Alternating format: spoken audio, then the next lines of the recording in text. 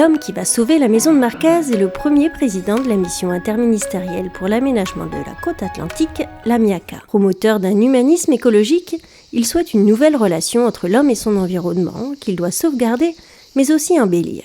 Philippe Saint-Marc voulait faire le contraire de ce qui avait été fait dans le Languedoc-Roussillon, où on s'était mis tout de suite à mettre d'énormes bâtiments à proximité de la plage pour accueillir les gens. Il s'était dit qu'il voulait commencer par l'arrière-pays.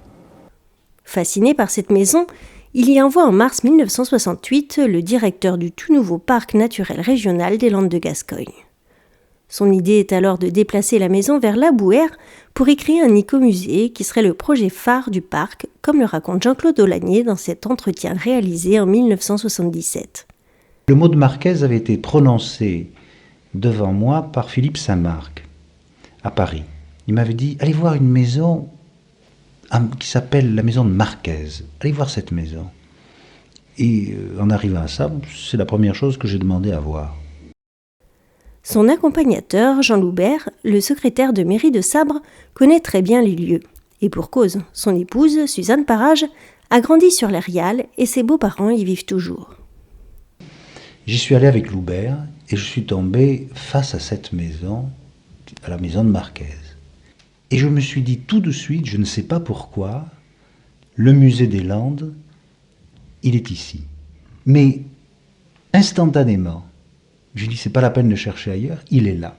Marquez a été le premier musée de l'environnement en France. Ce mot écomusée est véritablement né à Marquez. Et je pense que ça, pour moi, parce que je crois que les Landais ne sont pas tout à fait conscients de ça encore aujourd'hui, je pense que c'est important à signaler parce que Marquez, ça a eu à cette époque-là un rayonnement, une résonance mondiale.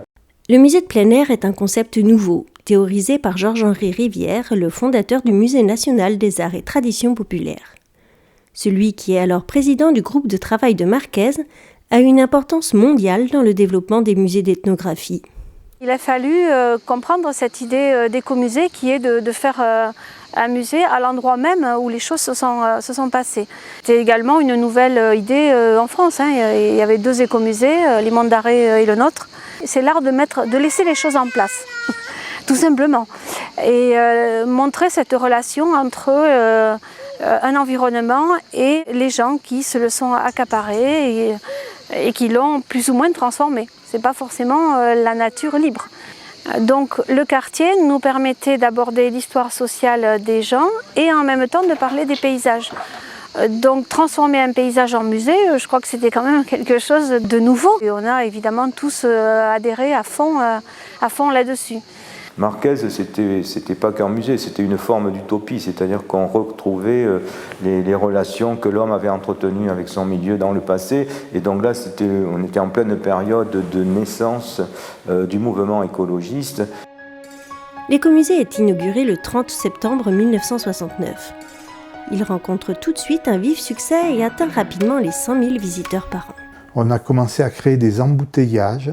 Il y a eu un intérêt immédiat pour ce musée de plein air des Landes où non seulement on restaurait des maisons, mais aussi où l'on parlait d'un paysage. Les gens de Sabre, de la Grande Lande, venaient à Marquez avec leurs cousins, avec leur famille. Pour ces personnes-là, c'était important je ne sais pas s'il y avait de la fierté, mais c'était important de montrer ce qu'était la société traditionnelle. Et à Marquez, ils s'y retrouvaient. Sur la représentation du patrimoine ou sur les effets que les Landais se faisaient d'eux-mêmes et sur l'image qu'ils ont eue d'eux-mêmes, ça a eu des effets très positifs. Ça, vraiment, on le doit à Marquez.